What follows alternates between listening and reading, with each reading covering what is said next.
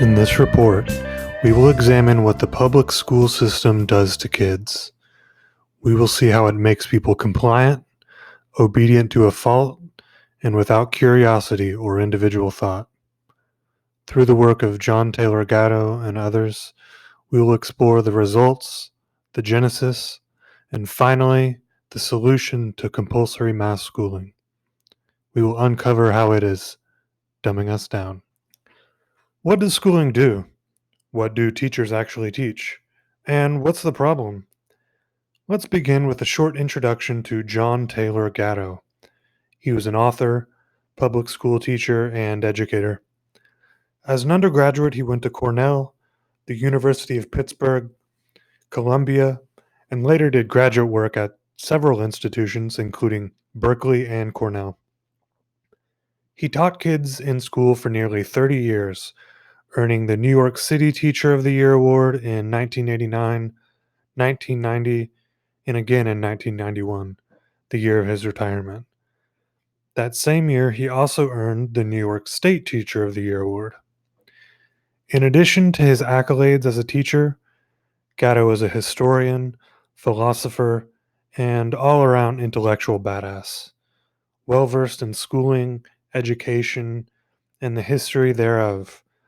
Gatto has written extensively on and is considered by many to be the leading modern author and critic on our compulsory education system. Working within the confines of the school system, John Taylor Gatto was able to reach and educate children from the poorest and richest classes. He was able to inspire and connect with students in a structure that attempts to deny both inspiration and connection. Through his work, and others before him, we can attempt to answer our initial questions. What does schooling do? What are children taught? And what exactly is the problem?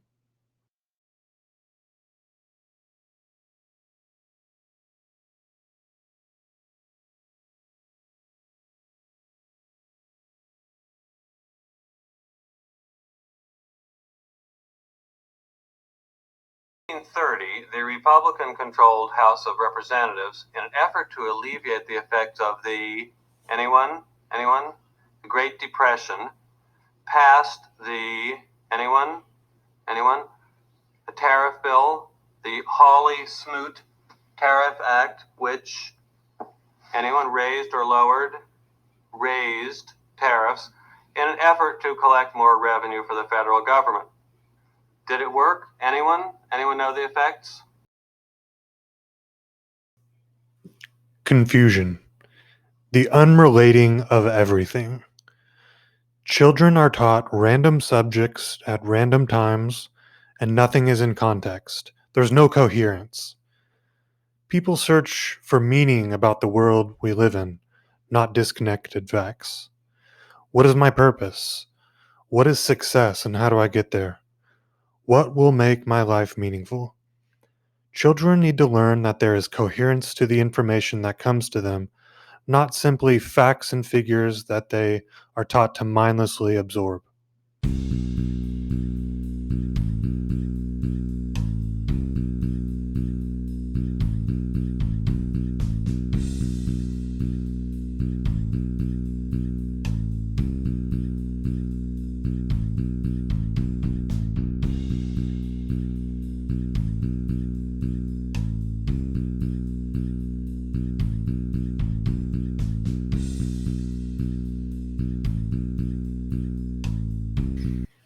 They are taught to be confused. They are taught superficial jargon to be repeated about subjects they have no interest in, as opposed to in depth learning backed by genuine enthusiasm.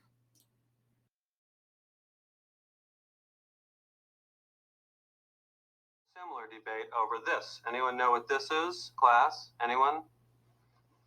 Anyone? Anyone seen this before? The Laffer curve. Anyone know what this says? It says that at this point on the revenue curve, you will get exactly the same amount of revenue as at this point. This is very controversial. Does anyone know what Vice President Bush called this in 1980? Anyone? something DOO economics, voodoo economics.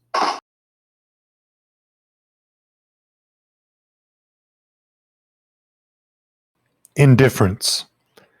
Our intention is to have kids be interested in what the teacher's talking about. But when the bell rings, they drop that thing, whether they're engaged in what they're doing or not, and move on to some other disconnected subject. The ringing of the bells leave everything unfinished. So why even care? Years, decades of being conditioned to be engrossed in something until the sound of a bell leaves one to be uncaring.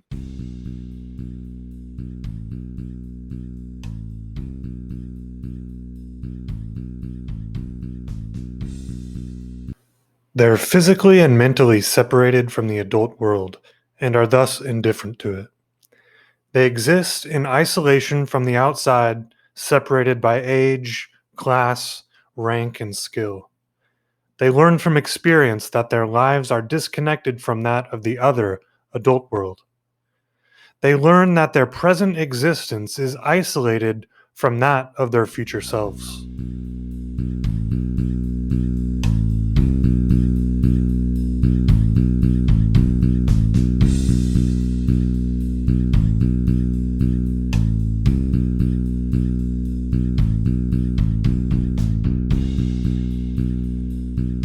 Society artificially segregates the old into nursing homes and the young into schools, which creates a fractured view of the world. They are indifferent about their community and their role in it. Their time is monopolized by the state so that their role in society, with their family, and with their mentors apprenticing is extremely limited. This job, what are you hoping to get out of it? Experience on the outside world, a lot.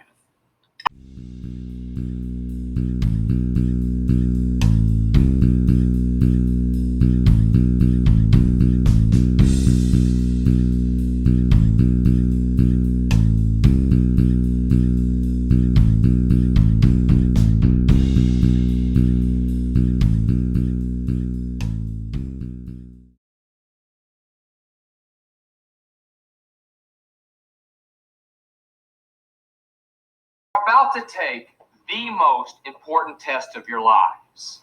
This is the test that colleges look at when they decide who to admit. The next 3 hours might well determine your entire future. But I don't want to put any pressure on you, so just relax, have fun, and do the best you can. I've been waiting for this test my whole life. I'm a lean answering machine. Stansbury University, here I come.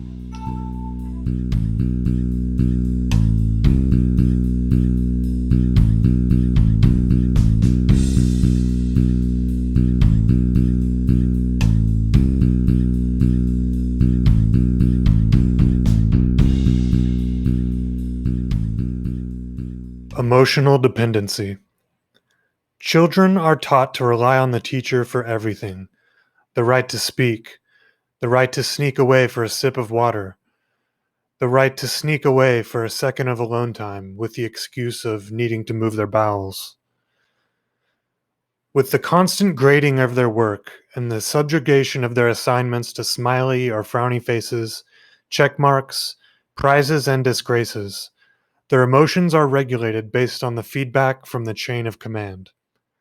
They are taught to look at their supposed superiors in order to evaluate their own self-worth.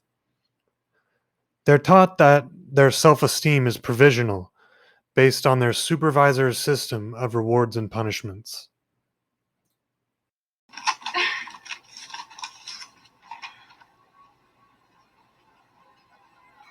$1,205?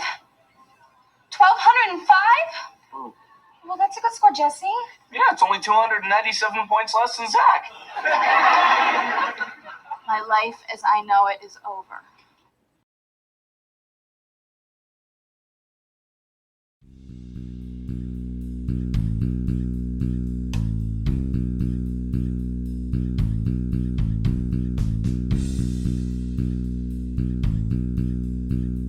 Intellectual dependency. In a public school system, The teacher decides what is or isn't worth studying. They decide what the student will read or write about. They decide what is true or false in the world and pass that down to the student as gospel. Out of a world of things to be interested in or have curiosity about, the teacher delegates, nevertheless. And even that is a fallacy.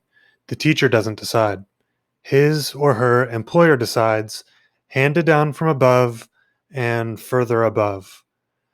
Bad kids instinctively fight this, even though they don't know what they're fighting against. They're struggling to pursue the things they're actually curious about in a system where it isn't allowed.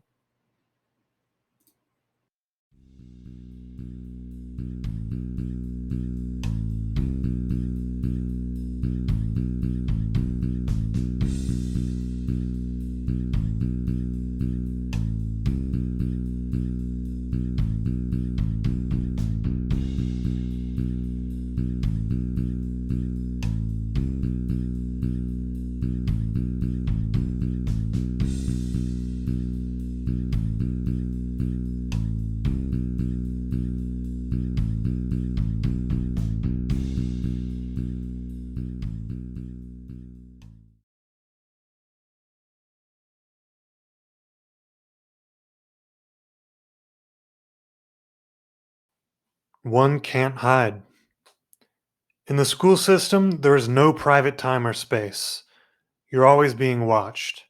Individuality is kept to a minimum. Kids are corralled and pinned. The time between classes, punctuated by bells, is tightly controlled as to keep, quote, promiscuous fraternization at low levels. Private time to reflect, to pursue the self or one's own interests breeds individuality. It fosters trueness, creativity, and expression of the characteristic soul. It allows the nature of the human mind to flourish unhindered, the nature that consists of originality, true expression, and ingenuity. Homework is extended surveillance, preventing one from undertaking learning of their own mind or interests, from pursuing things in the real world like learning something, quote, unauthorized from a father or mother or by apprenticing to some wise person in the neighborhood.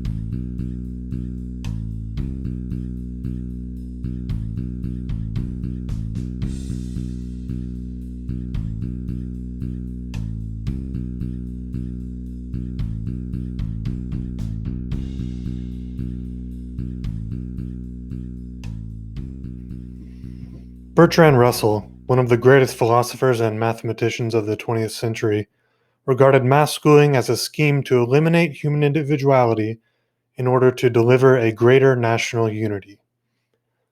This is done by taking the child away from the family and handing it over to the state. The outcome of this reveals itself today. People that call themselves individuals, but with what Russell called a, quote, mass character.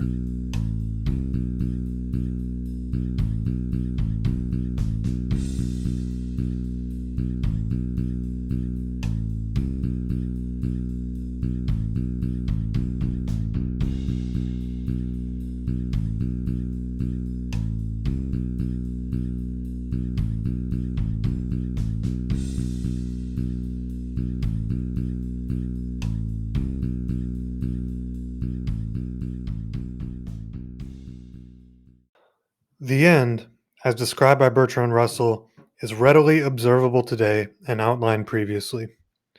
Stagnated and outsourced intellectual curiosity. Mass character instead of individuality. The means to that end? Compulsory public schooling. What Bertrand Russell was saying here is that it was done on purpose. The creation and implementation of compulsory mass schooling was done for the purpose of cultivating a herd mentality. It was not an unfortunate accident. And that's what we will discuss further in part 2. Until then, thanks for watching.